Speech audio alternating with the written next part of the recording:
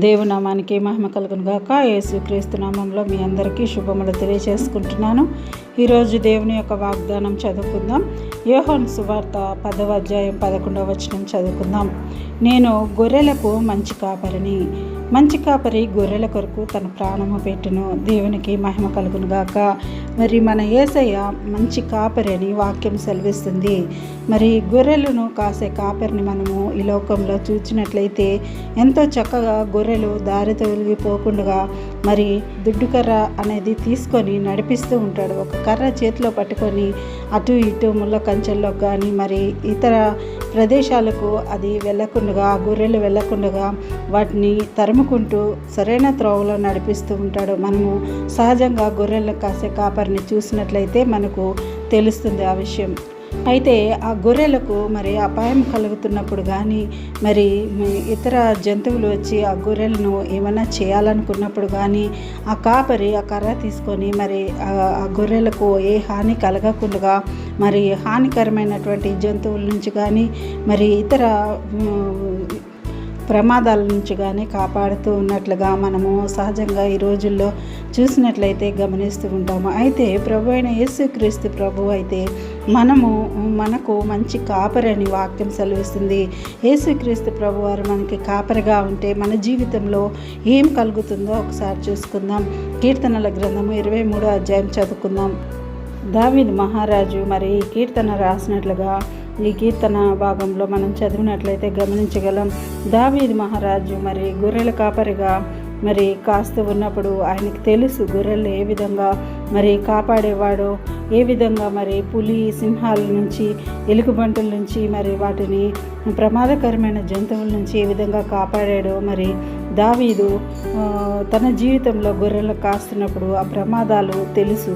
అయితే దావీదు మరి యేసుక్రీస్తు ప్రభువే దేవుడే తనకు కాపరిగా ఉంటే ఎలాంటి మరి దీవెనలు కలుగుతాయో అని చెప్పి 23వ కీర్తన రాయటం జరిగింది. యెహోవా నా కాపరి, నాకు లేమి కలగదు. దేవుడు కాపరిగా ఉంటే లేమి అనేదే కలగదు. సర్వశక్తుడైనటువంటి సర్వసృష్టికర్త అయినటువంటి దేవుడు కాపరిగా ఉంటే మరి ఏ కొదువ ఉండదని చెప్పి వాక్యం సెలవిస్తుంది. పచ్చిక గల చోట్లను ఆయన నన్ను పరుండ చేయుచున్నాడు. మరి పచ్చిక ఉన్నటువంటి మరి ఆ చోట్ల మరి దేవుడు పరుండ చేయుచున్నాడు అని చెప్పి, అంటే ఎంతో శాంతి, నెమ్మది, సమాధానంగా ఉంటుంది ఆ ప్రదేశము. మరి చక్కగా మరి పరుండగలిగే రీతిలో ఆ యొక్క పచ్చిక ఉంటుందని సెలవిస్తుంది. శాంతికరమైన జలముల యొద్ద నన్ను నడిపించుచున్నాడు. ఎలాంటి ప్రదేశంలో నడిపిస్తున్నాడంటే, ఎలాంటి జలముల యొద్ద అంటే శాంతికరంగా ఉంటుంది ఆ జలాలు. అక్కడ నడిపిస్తూ ఉన్నాడని, నా ప్రాణంకు ఆయన సేద తీరుస్తున్నాడని, మరి తన నామమును బట్టి నీతి మార్గంలో నన్ను నడిపించుచున్నాడని, గాఢాంధకారపు లోయలో నేను సంచరించిన ఏ అపాయమునకు భయపడనని, నీవు నాకు తోడయ్యేందుకు నీ దుడ్డు కరిగిన దండమును నన్ను ఆదరించునని. మరి దావీదెంతో చక్కగా గొర్రెల కాపరిగా మరి దేవుడే ఉంటే ఏ విధమైనటువంటి మరి కార్యాలు జరిగిస్తాడో ఈ వాక్య భాగాన్ని చదివినట్లయితే మనం గమనించగలం.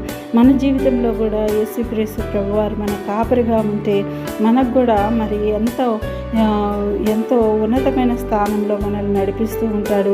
మనకి లేమి కలగకుండా పచ్చిక గల చోట, అంటే నెమ్మదిగా మనం పడుకునే విధంగా, అంటే సమాధానాన్ని, శాంతిని, మరి మన ప్రాణాన్ని సేదతీర్చే విధంగా, నీతి మార్గంలో నడిపించే విధంగా, గాఢాంధకారపు లోయలు వచ్చినప్పటికీ ఏ అపాయానికి భయపడకుండా ఉంటాము. ఎందుకంటే దేవుడు మంచి కాపరైనటువంటి దేవుడే అన్నిటినీ చూచుకుంటాడు. మనకి ప్రమాదము, హానికరమైనవి మరి ప్రతి పరిస్థితి నుంచి విడిపించగల దేవుడు మనకి కాపరిగా ఉన్నట్లయితే మన జీవితంలో ఆ విధమైన కార్యం జరుగుతుంది. యోహాను సువార్త 10వ అధ్యాయం 11వ వచనంలో చూసినట్లయితే మంచి కాపరైనటువంటి యేసుక్రీస్తు ప్రభువారు మరి మన కొరకు తన ప్రాణం పెట్టినట్లుగా మరి వాక్య భాగం సెలవిస్తుంది.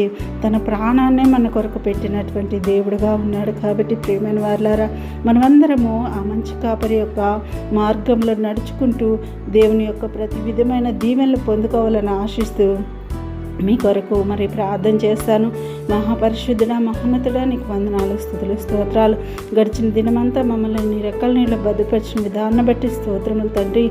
ఈ దినమంతా ప్రభా నీ రెక్కల నీళ్ళు కాచి కాపాడండి. మమ్మల్ని మా కుటుంబాలను ఆశీర్వదించి దీవించండి. నీవు మా కాపరిగా ఉండి ప్రభా, మంచి కాపరిమైన వాక్యం సెలవిస్తుంది. కాపరిగా ఉండి ప్రభా, శాంతికరమైనటువంటి పచ్చిక గల చోట్ల నెమ్మదిగా ప్రభా మరి మమ్మల్ని నడిపించి ప్రభా, ఏ అపాయమునకు నాయన మేము భయపడకుండా ప్రభా, గాఢాంధకారపు లోయలో వచ్చినప్పటికీ తండ్రి నీవే మాకు కాపరిగా ఉన్నట్లయితే నాన్న మాకు ఎటువంటి అపాయం హాని కలగదు కనుక తండ్రి నీవే మాకు దేవుడుగా కాపరిగా నాన్న నీ మార్గంలో నడిపిస్తావని నమ్మచ్చు. మమ్మల్ని మా కుటుంబాలను నీ చేతికి అప్పగించుకుంటూ యేసు సర్వశక్తి గల నామంలో ప్రార్థన అడిగి వేడుకొంచున్నాం తండ్రి. ఆమేన్.